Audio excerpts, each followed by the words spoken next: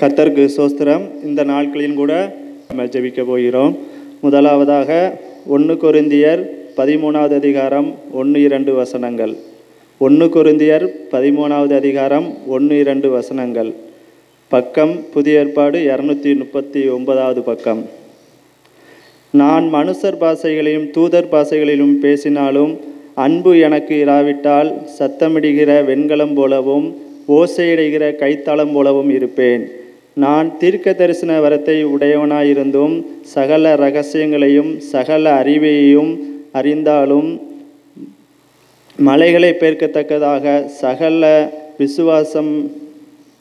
விசுவாசமுள்ளவனாயிருந்தாலும் அன்பு எனக்கு இராவிட்டால் நான் ஒன்றுமில்லை. கர்த்தரிடத்தில் அன்பு எப்போதும் நம்ம காணப்படும்படியாக நாம் ஜெபிப்போம். இதே போல் தேவன் இந்த பூமியில் வந்து அவருடைய அன்பை மனிதகுலத்தின் சாயலாக வெளிப்படுத்தினது போல அந்த அன்பு நம்மளுக்குள்ளே கடந்து வரும்படியாய் நாம் அனைவரும் ஜெபிப்போம். அன்புள்ள தகப்பனே, இந்த காலை வேலைக்காக உமக்கு நன்றி செலுத்துகிறோம் ஐயா. கர்த்தாவே அப்பா, இந்த அப்பா வார்த்தையின்படி இந்த சத்தியத்தின்படி எங்களை வழிநடத்திய கிருபைகளுக்காய் நன்றி அப்பா. இந்த அன்பு எங்களிடத்தில் கடந்து வரும்படியாய் நாங்கள் ஜபிக்கிறோம்ப்பா.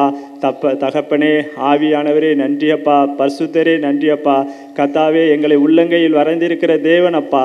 கர்த்தாவே அப்பா, இந்த மனுகுலத்தில் அப்பா நீங்கள் வந்து பாடுபட்ட உபத்திரங்கள் அப்பா, சங்கடங்கள் அப்பா, அவமானங்கள், வெட்கங்கள் அப்பா எல்லாத்தையும் சகித்து உன் அன்பை வெளிப்பட்டது போல அப்பா.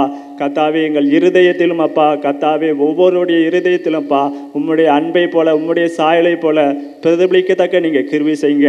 அப்படிப்பட்ட அன்பு ஒவ்வொரு இதயங்களும் காணப்படும்படியாய் ஜெபிக்கிறோம்ப்பா. நன்றியோடு உம்மை ஸ்தோத்திரிக்கிறோம்ப்பா.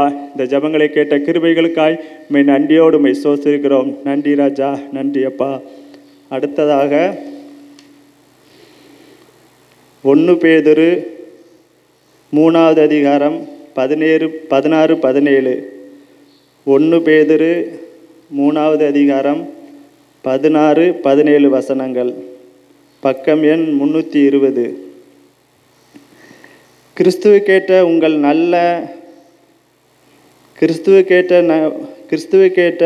உங்கள் நல்ல நடக்கையை தூசிக்கிறவர்கள் உங்களை அக்கிரமக்காரர்கள் என்று உங்களுக்கு விரோதமாய் சொல்லுகிற விஷயத்தில் வெட்கப்படாதபடிக்கு நல்ல மனசாட்சி உள்ளவர்களாயிருங்கள். தீமை செய்து பாடனுவிப்பதை காட்டிலும் நன்மை செய்து தேவனுக்கு சித்தமானால் நன்மை செய்து பாடனுவிப்பதே மேன்மையாக இருக்கும். இந்த காரியங்களுக்காக நம்ம ஜெயிப்போம்.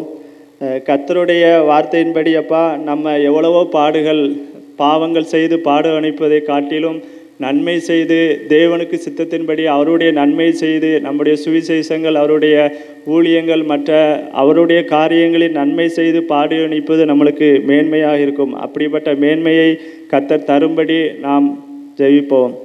அன்புள்ள தகப்பனே அப்பா, நன்றியோடு உம்மை ஸ்தோத்திரிக்கிறோம், துதிக்கிறப்பா.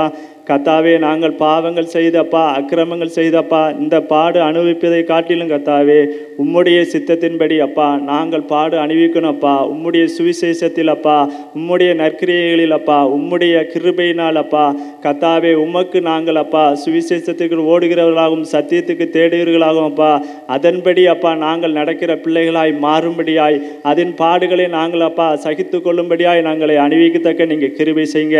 அப்படிப்பட்ட இருதயங்களை எங்களுக்கு கொடுங்க, பலப்படுத்துங்கப்பா. உம்முடைய வசனத்தின்படி நாங்கள் கீழ்ப்படிந்தவர்களும் விசுவாசத்தில் தேறினவர்களாகவும் வளரும்படி எங்களுக்கு கிருபை செய்யுங்க, பலப்படுத்துங்க. கர்த்தர் தாமே அப்பா இந்த வசனத்தின்படி எங்களை பலப்படுத்தி ஆசீர்வதிக்கப்படியாக நாங்கள் ஜெபிக்கிறோம். ஆமேன்.